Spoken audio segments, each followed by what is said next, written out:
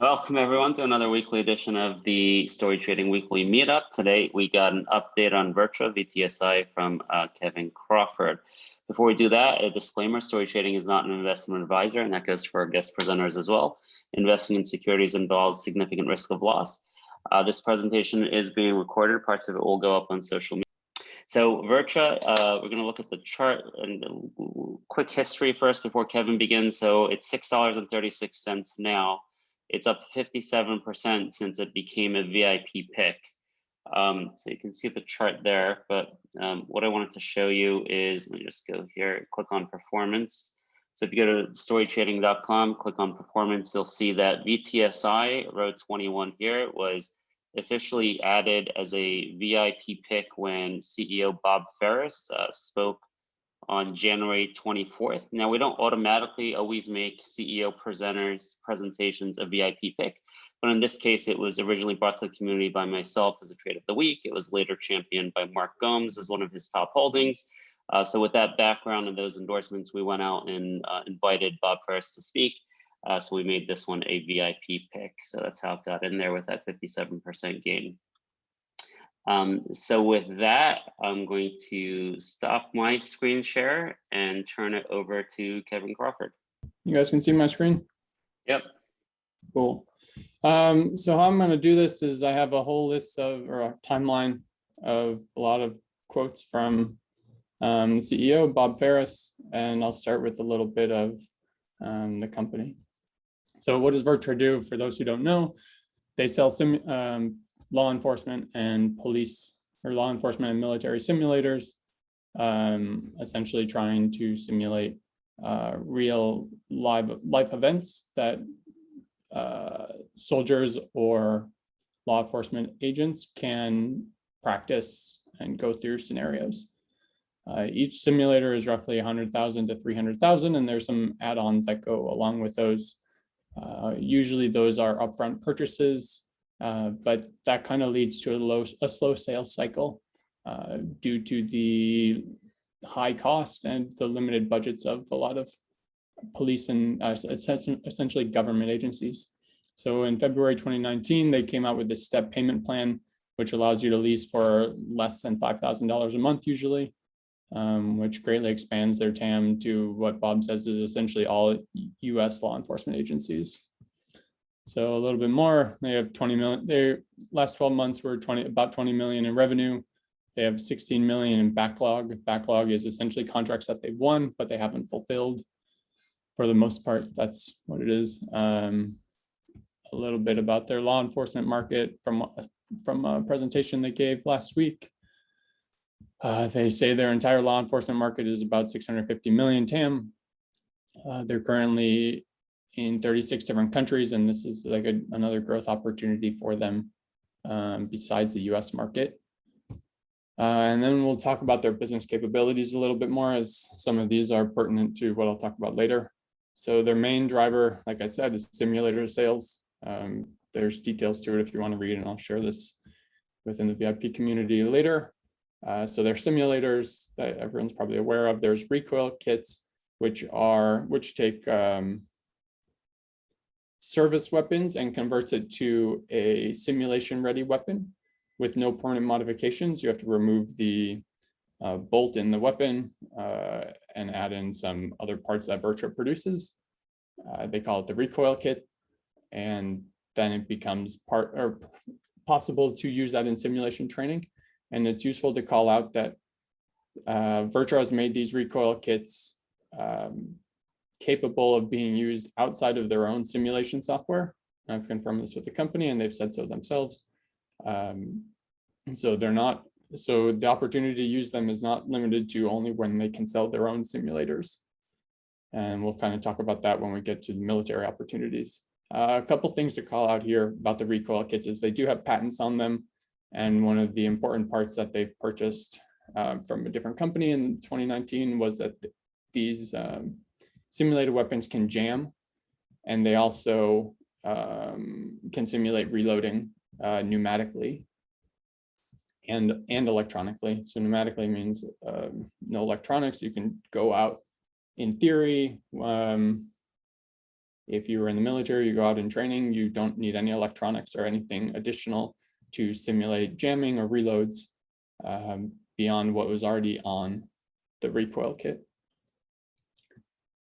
The next thing is the threat fire device.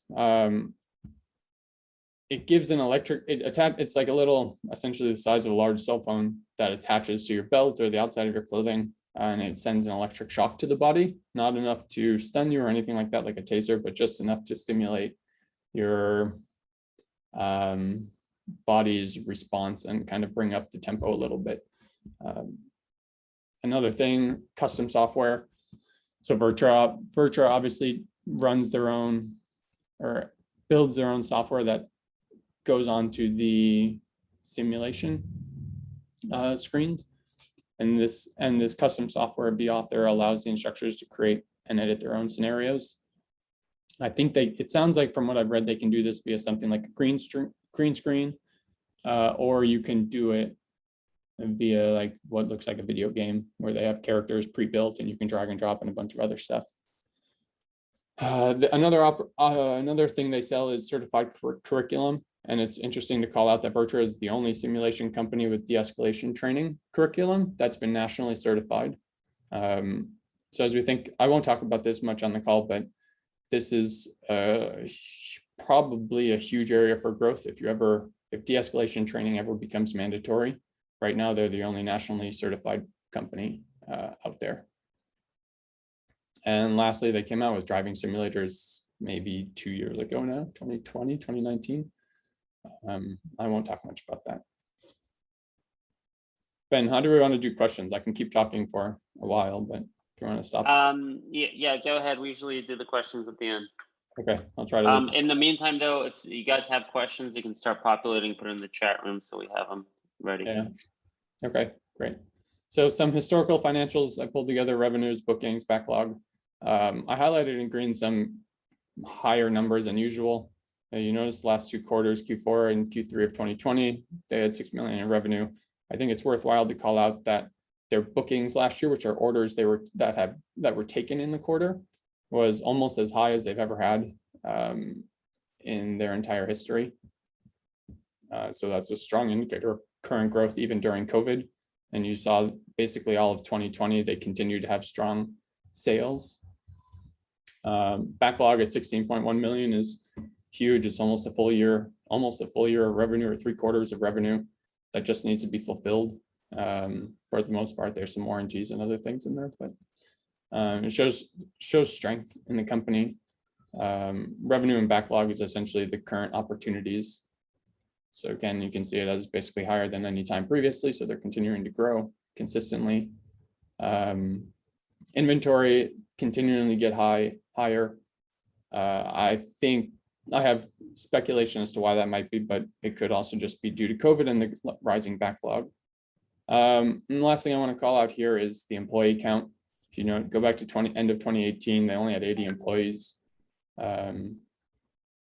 That's 2 years, a little over 2 years later, and they've grown 23 employees. And as we'll talk about later, they are continuing to hire. So we can probably see this number grow even more on the next quarterly call. Another good sign of growth. I put some information on the valuation here. I think I don't have many comments here, and I won't kind of discuss all that much, but just for people to look at. And then as far as they disaggregate their revenue into a couple different categories, and I think a couple things are worth calling out right now as we think about Virta as a whole. The first thing you can see here in the simulator and accessories revenue is they basically had no international revenue in all of 2020, and that's due to COVID, as Bob said during calls. As COVID, as places reopen due to COVID, then we can probably expect some growth from international sales. I don't think opportunities have been lost in this case. I think it's just a matter of nothing's really been done because of COVID. So I don't think they've missed out on opportunities. So it's probably likely that we'll see sales come through. I don't know if they're all just backed up and we'll see large quantities of sales, but probably some will come through. And the last thing I'll talk about here is this installation and training revenues. From my understanding, this is incurred when they go and install simulators. And if you look back at 2019, they were doing well and roughly 300,000 a quarter in installation training revenues. But in 2020, due to COVID and even current going into last quarter, they're about half of that value. So it kind of shows that Virta is not, while their bookings are still going up, they're not actually installing as much as they have in the past, again, due to COVID. So we can probably expect some of that backlog to come down relatively quickly as things open up. Cool. So that's a little background of the company. But what I really want to talk about today is the military opportunities that Bob's been talking about essentially for the last 2 or 3 years. I think it's their largest immediate catalyst. I know there's some other catalysts out there that we can talk about at the end, but this is kind of what I've done. I've been doing research in over the last few weeks. And just to come up front and say it, I think Virta is going to be part of the Army's IVAS program in some way or another. I haven't quite nailed down exactly how, but as we'll see going through these quotes from Bob and others, all the pieces align. And I think it's worthwhile to call out that pretty much everything I've looked at aligns with something to do with this IVAS program. So again, I can't pinpoint exactly how they fit in, besides recoil kits and whatnot, but I don't have a contract. I don't have some link where their vice president or board of directors is tied to some company or some like prime contractor who has the largest contract with an IVAS program. I don't have anything like that. So it's all kind of conjecture, but everything lines up. I haven't seen anything that's like a red flag of, oh, Bob said this, but IVAS program is doing that. My conclusion, I guess, is that I think when IVAS launches and they're planning to go to market in September of this year and continuing to fulfill orders through 2023 at the very least, we should start seeing some revenue or contracts or backlog or inventory, something like that, come through to Virta. So I'll give a little bit of so essentially the rest of the presentation will just be a timeline. You can see on the left, I just took quotes from conference calls, from articles, whatever have you, from 2018 going all the way through today, or the most recent conversations. And my point will be just my hope is that you can kind of see, and if you don't see it, please call it out and let me know where I might be missing something. But my hope is that all these conversations, all these quotes kind of lead exactly to what I think is Virta supplying recoil kits to the Army through something to do with this IVAS program or IVAS timeline, at least. So a little bit talking about IVAS. It originally was talked about in 2018. There was a request for white papers, and there's a statement of objectives that said, here's what IVAS is, here's what we want it to do, and here's some of the testing plans we'll do. There's kind of two components. There's a handful of components, as you can see down here, but there's kind of two components that I think are important and kind of tie everything together for Virta. One, there's this heads-up display. I'll refer to it as a HUD, but it's essentially what Microsoft is building based off of the HoloLens device that they have, and it's essentially goggles with cameras and night vision and all this other stuff integrated with it. But it essentially acts as it relates to Virta as a simulator. So as Virta has these 3 or 5 screens, this HUD will be essentially a screen, right? Like a VR goggles, essentially, if you're familiar with it. And then the other thing that I think is important to call out is synthetic training environment. There's a couple parts to it, but essentially what it is some, I'll call it a video game system or capability that the Army can run their simulations on. It also has other capabilities, like you can see the terrain of where you're looking. You can see a map of all your of other soldiers on your crew, all these other cool things going on. But how it relates to Virta is when the Army wants to run training simulations, everything shows up as like a 3D hologram through the STE software that is displayed on the HUD. There's other things like the squad lethality ratings and metrics, and I don't know if Virta is part of this, but essentially they do that right now, and they say, what's your heart rate? How good was your shooting? Were you accurate? All this other stuff. And then these HUDs and the IVAS in general is essentially a mixed live reality for combat training, which Virta right now does screened simulation. The IVAS program will do this mixed live reality. I think a couple things that are worthwhile to call out as it relates to the STE, I'll call it a STE occasionally, is it uses the soldiers' actual equipment, and that is inclusive of their weapons. And that's something that not all simulation companies do. Sometimes a handful of them require purchasing their own replica weapon. Virta doesn't. They have this drop-in recoil kit that you can put in the weapon itself. So it's interesting to call it that. It calls out from the beginning of the request or the original contract back in 2018 that they wanted to use the soldiers' actual weapons and equipment. There's a lot of text here. I'll share this and people can read otherwise, but I'm just trying to go over the high level parts. The other thing I found recently is they bring up the haptic suits that vibrate at varying intensities.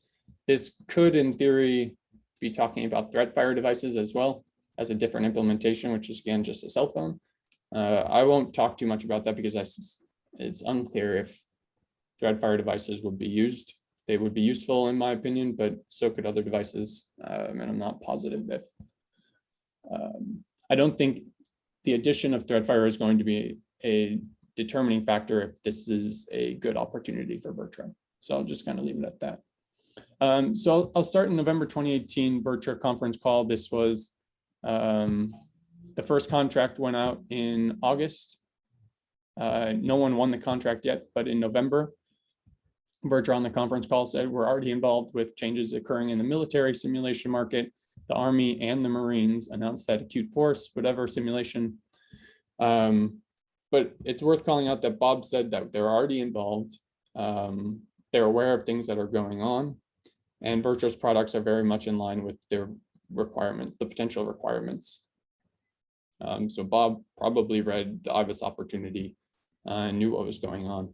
It sounded like being that he was involved. He was probably aware in either or involved in either designing or the Army was probably aware of Virta's products at the time, and Bob was maybe talking with people about that. He calls out that you can modify their current products in order to work on this new advanced technology, the AR mixed reality projects, which almost assuredly at that time lines up with the IVAS contract. So it's interesting to think, or it's poignant to call out that Bob was already talking about the IVAS work while he didn't mention it in name. Immediately after it got announced. And he says these modifications to fit into these new technologies are easily made given the way they designed their products originally, which means that Bob's kind of been thinking about this kind of market for a long time. And he even said so later on, and I'll show you that quote. Another interesting quote from that conference call is that he said, the more simulators we deploy, the better we make our products. I thought this was interesting because the more simulators you deploy, the better you make your simulators. But he refers to it as his products, meaning he maybe meaning that the recoil kits are maybe a more important product at this point. So the conference call was on 11/23. The Microsoft won the IVAS contract on 11/29, or it was announced that way. A huge contract, 480 million. The idea was that they would deliver 40,000 plus units in 2021 or somewhere in the future. So it was already a large opportunity from the beginning. In January 2019, so a couple months later, Virta on their blog made a post about their strategic priorities. And Bob, the first thing that it says is this year the company intends to focus more on diversifying into the military. So again, similar to the above, and like I'll say over and over and over, Bob is very focused on the military market and is aware of this opportunity. The other thing I think worth calling out is that he's aware, or the opportunity is a massive market, in that this military contract again is for 40,000 units. That could mean thousands of units for Virta. So we'll leave it at that. The next month, Virta acquires IP for recoil kits. They already had patents for their recoil kits, I believe. They at least had recoil kits, but they basically firmed up their purchase, or firmed up their IP with additional patents. And this is when they purchased, when I said they have the capability to be the only company that can pneumatically simulate reloading and jamming of a weapon. And they intend to create new state-of-the-art training equipment for both military and law enforcement. I think it's worthwhile to note that his use of state-of-the-art, which is probably IVAS program. I don't know that simulators are necessarily state-of-the-art. They might be, but reading between the lines, it might be that. So March 2019, so the IVAS program had a handful of, in the 2 years of development or 3 years of development, they have these things called soldier touch points. I'll refer to them as STPs.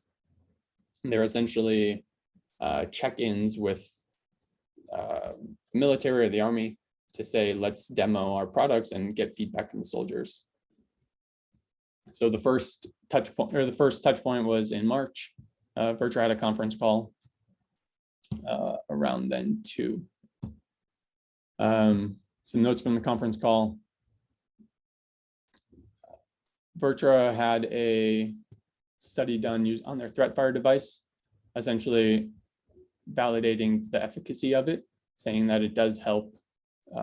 It doesn't lead to better real world performance and better, like, let's say muscle memory or something like that, in the sense that when you train with these threat fire devices, you're going to perform better in that scenario when stresses are high in real life. Additionally, it's worth calling out that there was $650,000 stock repurchase. And I think from what I can see, that was the only stock repurchase going back this far. And it's essentially right after they found out the IVAS contract. If they assume they're going to win it, or if they think that their company will be worth more because they win this contract, then it might be a good idea to purchase stock. The share price also fell quite a bit, so it could be because of that. Additionally, the board authorized $1 million more for future purchases. One of the comments from the conference call that I wanted to call out is that they continue to improve and make their weapons more, or their services more affordable. This just kind of came to mind, but maybe this means a STEP program, as they're working on this soon, or just maybe came out with that. But I think the military also talks about this from like trying to find good value in the products that from industry that they want to acquire.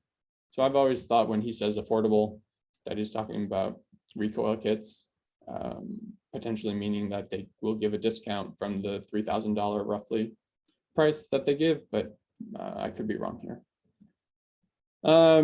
It's also worthwhile to mention that they intend to scale their business to new levels, and they're trying to tackle markets adjacent to law enforcement, obviously that being military.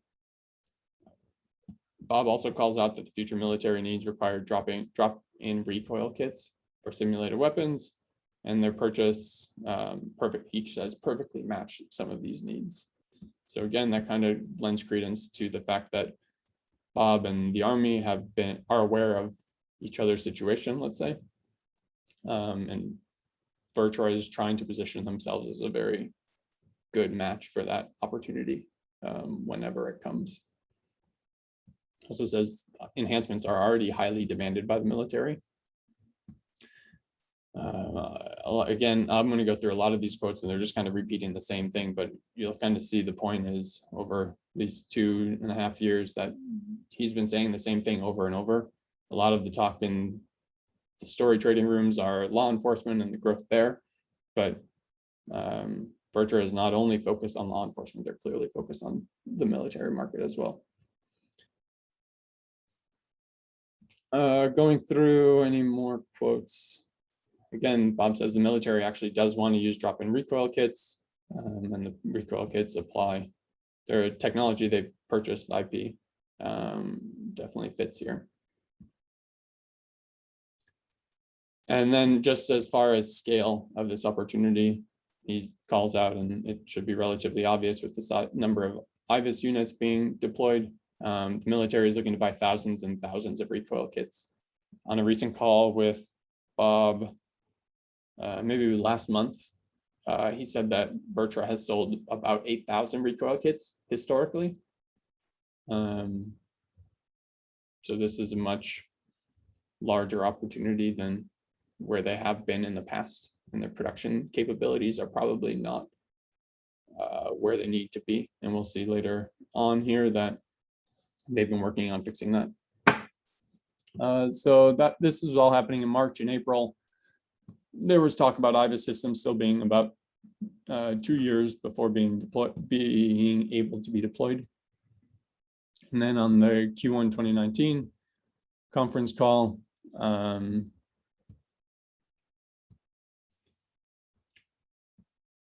Bob gives a good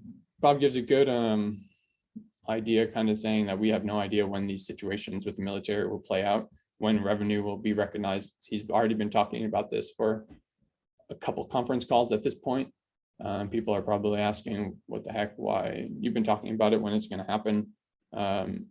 If you think about this from the perspective of the IVAS work, it's still 18 to 24 months out, like I called out. And he says it might hit in 2019, it might be 2020. We just don't really have great visibility. July 2019, I think it's official that productionalization of the IVAS units will be scheduled for Q4 2021. That's fiscal year, government fiscal year, which is actually Q3 Virta, so September 2021. And then also in July, the Army's Future Command, which is who does contracting for or with small businesses. So typically the Army kind of works with, let's say, the incumbents the majority of time, and it's hard to dethrone those. But one of the things the Army is doing now is partnering with industry, so they say, or small businesses, and trying to get the best solution at, again, a good cost. And what they were planning on doing is hosting matchmaking events where the defense prime contractors that maybe are incumbents or maybe other ones can network with small businesses, either to partner together or learn from each other, what have you. But this happened in July 2019. And then also in July, the Army fields IVAS tests with high-ranking officials. I thought this was worth calling out because of what Bob says in a future conference call. And again, it's Chief of Staff of the Army and other people. At the same time, Virta hired, this might be the conference call, actually. Yeah, either way, Virta hires a consultant, Joe O'Connell, who has worked in the military for a long time, has a lot of connections within the military, and essentially saying that we want his background in the military, make him qualified in our mission to improve the training and readiness of military personnel. So they're doing extra work to try to win those contracts and position themselves well. So I mentioned in July that there was those demos with high-ranking officials because Bob in the August 2019 conference call, so a month later, says we participated in several product demonstrations with military officials. It's not guaranteed that that was exactly what he was talking about, but there's a couple of these demos that he refers to that are only shortly after IVAS-related demonstrations were performed. It's also worth calling out that they still don't know what contracts they'll be working for, and that again aligns with IVAS in that not a lot of contracts in mid-2019 were created. They're still kind of working on those first prototypes. And again, Bob mentions that both Marines and Army are the people who are working on changing this paradigm of doing things differently and not working with incumbents. Again, this is almost assuredly referring to IVAS because the Army and the Marines are the two groups testing the IVAS units. Moving on, I think there were some finalization of the patents they acquired earlier in October. And again, Bob calls out that Virta is the only company in the United States that can produce or sell a design kit that affordably converts a live firearm into a safe and reliable training tool that can simulate mechanical malfunction and increase realism. So again, it kind of shows that Virta is a perfect fit, and or at least Virta thinks they are a perfect fit for the military needs. In November 2019, the STP2, so Soldier Touchpoint number 2 happened, where they brought 300 headsets in. In this STP, they demonstrated some of the STE capabilities, which meant that soldiers were, they put on sensors and ran through simulations, or ran through scenarios that will eventually get uploaded into the cloud and turned into simulations, so that soldiers can train using those same scenarios in the future. And then the other thing I want to call out is within these soldier touch points, the objectives called out that these touch points require different weapons, and they also require recoil generating devices. The Army already uses recoil generating devices, so it's not guaranteed that they're specific, that Virta is like the only one who does it. But again, Virta has what they think is the best recoil kit. So if the Army needs recoil kits and they're the best, it's reasonable to think that Virta is supplying these. There's not a ton of volume here. I think it's roughly like 60 units or something. So nothing material that drops to revenue. I think it's a couple $100,000 at most. So it's hard to see if anything did actually come through. The next conference call, which was, so STP2 ran October 28th through November 21st. Virta's conference call was November 13th. And they've been conducting multiple demos again with high profile decision makers in various branches of the military. So we know, like I said before, or what I speculate is they were performing demos for the military or for the Army.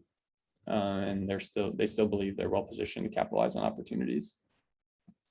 That brings us to 2020. Virta posts machinery related jobs for a second shift, essentially hiring for production staff. Virta produces and builds their recoil kits and threat fire devices in-house. So if there's jobs and second shifts for this kind of work, it's almost assuredly for recoil kit and threat fire or threat fire devices production. I highlighted in orange because I think this is the orange. Green is something worthwhile. Orange is even more, I'll call it important or obvious, maybe.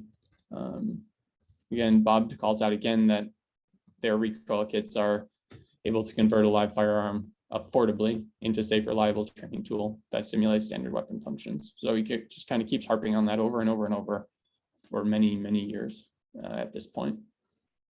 And while they're yet to announce a large military contract, they're continuing to conduct demos.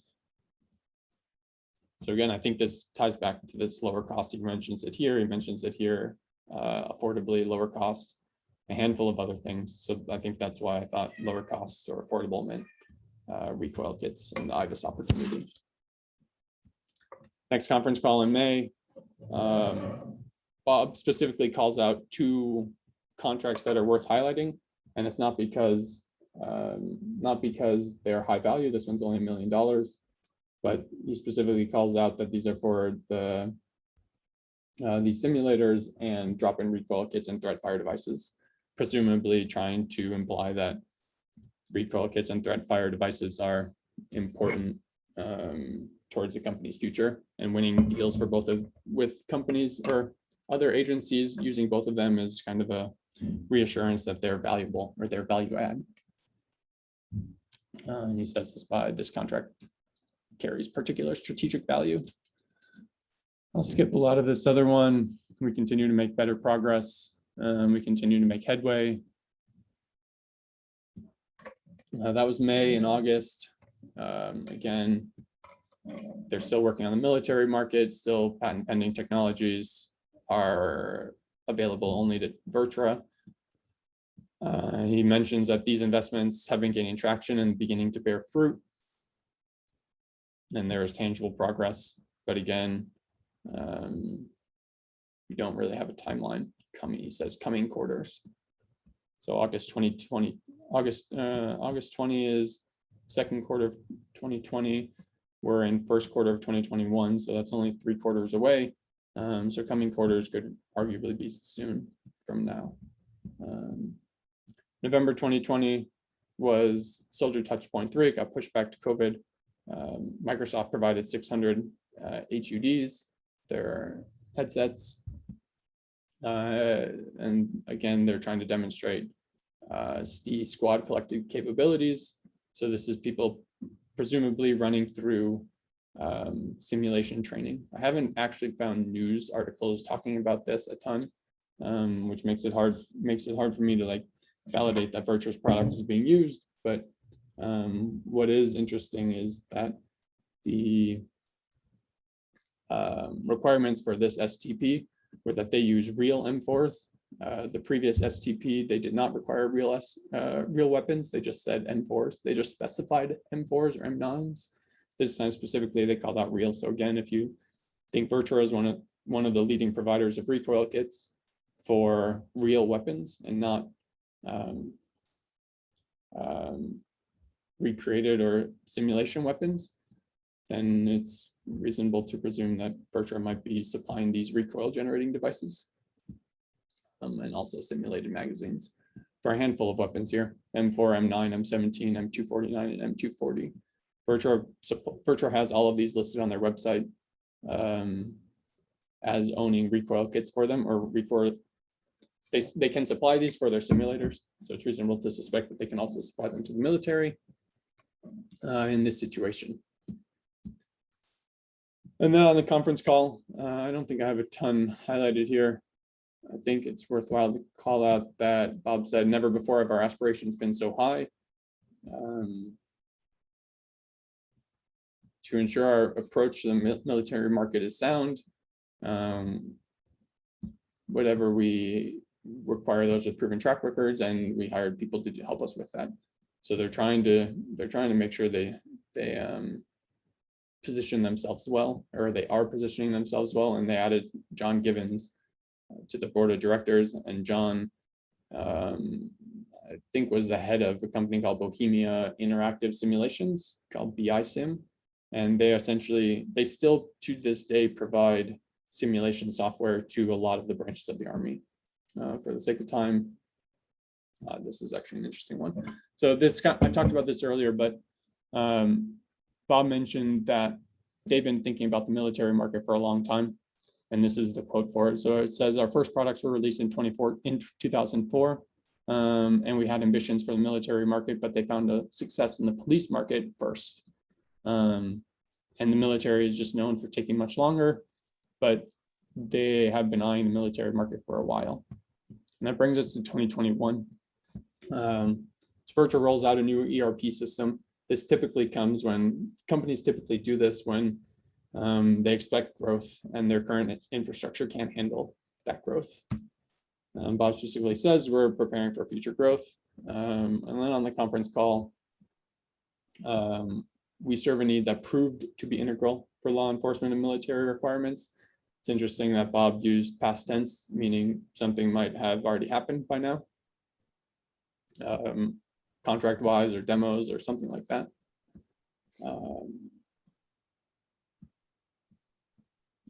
He mentions that we've already seen evidence of it in 2021, and we hope to provide more details later in the year. So again, this aligns with the IVAS contract or IVAS prototyping and whatnot.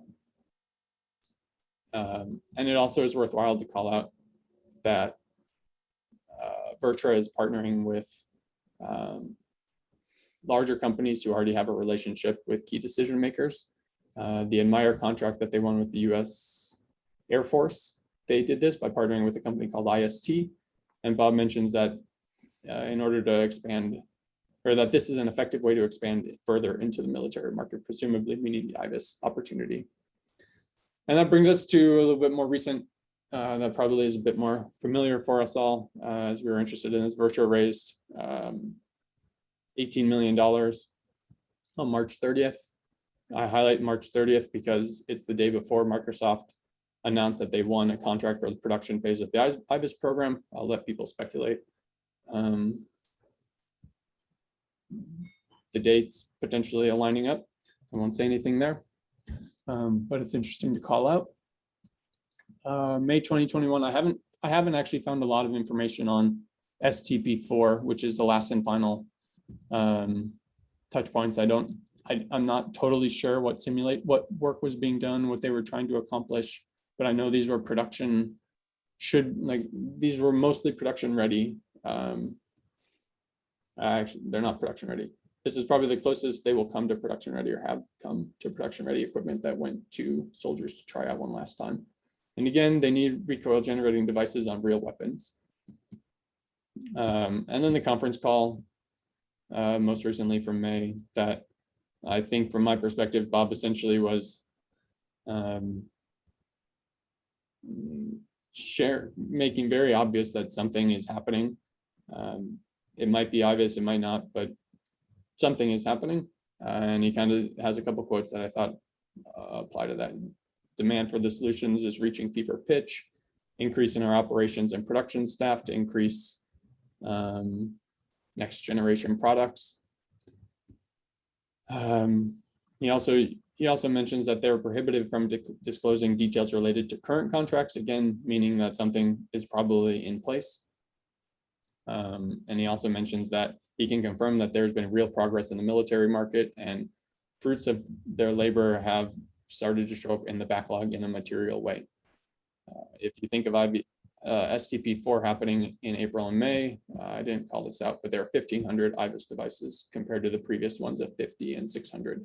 So this is a significant amount, and from my estimations could be, if they supplied recoil kits at $3,000 a piece roughly, or at market rate for all of these weapons, 27 squads, nine recoil kits for M4s for each squad. All of this would amount to roughly $2 million in sales. So material backlog in the material way, $2 million would be very material. And then about the offering, Bob mentions that they're extremely diligent in how they decide to deploy capital, and they try to be extremely effective when we do so. If they already have a contract signed with the IVAS work or supplying recoil kits, this would make a ton of sense. Bob mentions fulfilling much larger orders, which again, IVAS, tons of recoil kits, expand our production capabilities to fulfill larger orders faster. There's already keeping up with market demand for our products, and they plan to substantially grow the business. They hope to substantially grow the business in the next few years. And they think they are seeing both, they're seeing multi-million-dollar or higher contracts or opportunities come through in 2021. So again, if you're going to supply thousands of recoil kits at $3,000 a piece, that's multi-million dollars right there. So just clarifying here, over the next 2 years, as Microsoft delivers their headsets, Virta can deliver 20,000 plus units, maybe 10,000, maybe 15, maybe 40,000 units. It's hard to really gauge. But at 20,000 units and at $3,000 per unit, which is on the low end, that's a $60 million opportunity. Microsoft is planning to deliver these headsets, at least for the first batch, by 2023 through 2023. So that's $60 million prorated over 2 years. Huge opportunity to grow. So to summarize, we have 10 minutes left. The Army is building cutting edge simulation and training infrastructure. Virta has attempted to position themselves in a little lucrative niche that I call it, where they own patents in that space. And I have a quote from what I said earlier about them been thinking about the military since 2004. Virta has been part of the military conversations from the beginning of the IVAS discussions. Like Bob said, they're part of the U.S. Army and Marines having these conversations about XR, augmented reality. The hired consultants and other additions to the board of directors to help them make connections throughout the military. And then more recently, they're beginning to hire for second shift. They scaled to an ERP platform. About the time that Microsoft and the Army announced a 10-year production contract, Virta announced $18 million raise to shore up their balance sheet and help increase production. And then on that last conference call, that there's material work in their backlog that they have, or that they can't disclose details to current contracts, that's implying something exists already. And then even more recently, this past week, Virta continued to make job postings for a supply chain manager and more mechanical related positions. And kind of how I think that plays out, IVAS is set to deliver their first units by the end of September. I don't know how Virta plays into that. I don't know if they'll need recoil kits immediately, 6 months down the line, 2 months down the line, a year down the line, I don't know. But it's potentially going to be visible in either inventory or revenue coming through in Q2. And then assuming IVAS goes into production in September, maybe there's a contract coming up. I have other areas for growth for the company, but with only 10 minutes left, maybe we open it up for questions. Great, thank you, Kevin, for that awesome presentation. That was, I love the way you do the due diligence, going back into the history. I think it's a very important thing to do. So also just want to point out for everyone, so we started our new policy. When people present, they'll get a 3-month subscription credit to StoryTrading VIP. So Kevin will coordinate that with you offline. Thanks, appreciate it. Yep. So I'm gonna, before we take the questions, I'm gonna continue trying to play the role of the skeptic. This is something we started a few weeks ago. Now this is my second largest position, so I'm not, it's gonna be hard for me to be skeptical about this, but I'll just ask a couple of key questions and we'll take the questions from the floor. The recoil kits here, you've mentioned a bunch of quotes where Virta seems to say they're the only ones who could do this, and because of the patents they have. Have you been able to validate that yourself? Is there any competition here in this space? So other companies do provide recoil kits. What Virta specifically has patents on, and I've read through the patents, I think Bob also confirmed kind of that their pneumatic ability to simulate jamming and reloading, they're the only ones who can do this. Electronically, I'm not 100% clear. I think they have patents electronically to be the only ones who can jam as well. But I think on a call, it's maybe less strong of a patent, I guess, maybe, is what I've heard from Bob. But definitely other companies make simulated weapons. They have recoil kits, but I haven't been able to verify if they can go into actual live weapons, nor that they have the capability to jam, which I think is an important thing from the Army's perspective. And that's exactly what I was going to ask you. From the Army's perspective, what are they doing now? Are they not using any recoil kits at all, or are they perhaps using some of this competition and they want to go to something better? Yeah, they're not using real weapons. They're using simulated weapons, or they fire blanks. So they're firing real ammunition, which costs money, or they use fake weapons. So the fact that the Army wants to use real weapons kind of plays into Virta's strength.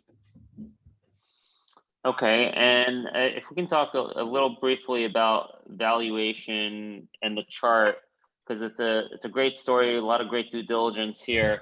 But I think that it's a 20 PE right now. The stock has come up very sharply in the last few weeks. So in terms of risk reward, do you have any thoughts on that? Is this kind of priced in, any of this, you think, or is this all optionality upside if they get this military contract? I think of it as all optionality. I think you can say that the market is continuing to grow. I think I saw an article a couple of days ago that simulation market as a whole is expected to grow by like 5% a year.